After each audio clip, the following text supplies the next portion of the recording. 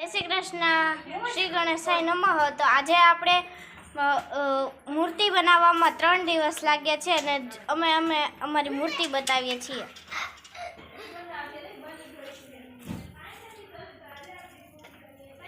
તો અમારી મૂર્તિ કમ્પ્લીટ થઈ ગઈ છે અને હવે આપણે બધું જોવા જઈએ બારે। અમે બધાએ મરાઠી લુક ક્રિએટ કરેલ છે।